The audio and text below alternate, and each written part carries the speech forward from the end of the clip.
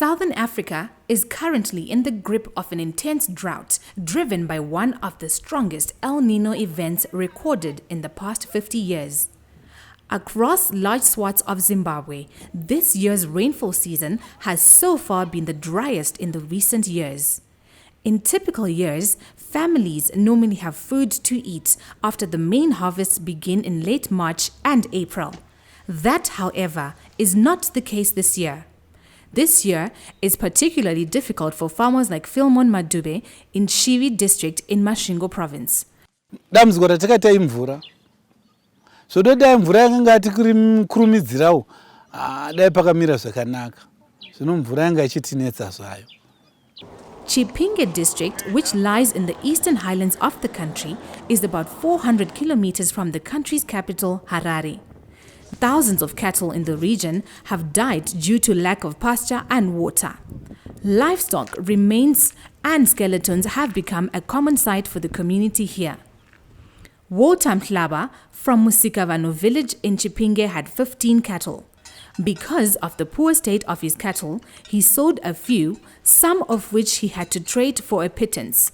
$30, $20.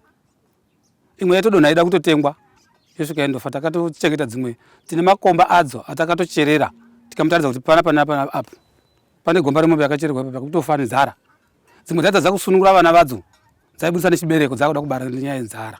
With funding from the United Nations Central Emergency Response Fund, CERF, the Food and Agriculture Organization of the United Nations, FAO, is supporting 8,000 families. Through this project, livestock and crop farmers were able to access subsidized animal feed and drought-tolerant small grain and legume seeds.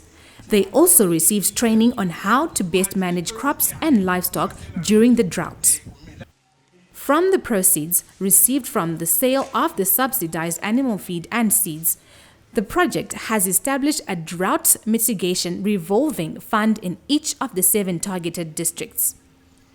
This money is already being used by the communities to procure additional stock feed as well as rehabilitate water points for both human and livestock consumption. The effects of the El-Niño-induced drought will continue to be felt across the different sectors of agriculture, water and sanitation, energy, health and education. The effects of El-Niño and a bad drought last year already means that there have been 2 bad seasons. So we expect that even next season, even if it is good, there will still be effects of these 2 seasons because farmers may not always have the seeds that they need. Some of the livestock will have died, so they will need to restock. So normalcy may not turn until about 2 seasons from now. It is, however, projects like these that will be required to assist vulnerable families to restore agricultural production, regain their livelihoods, and better withstand future climatic shocks.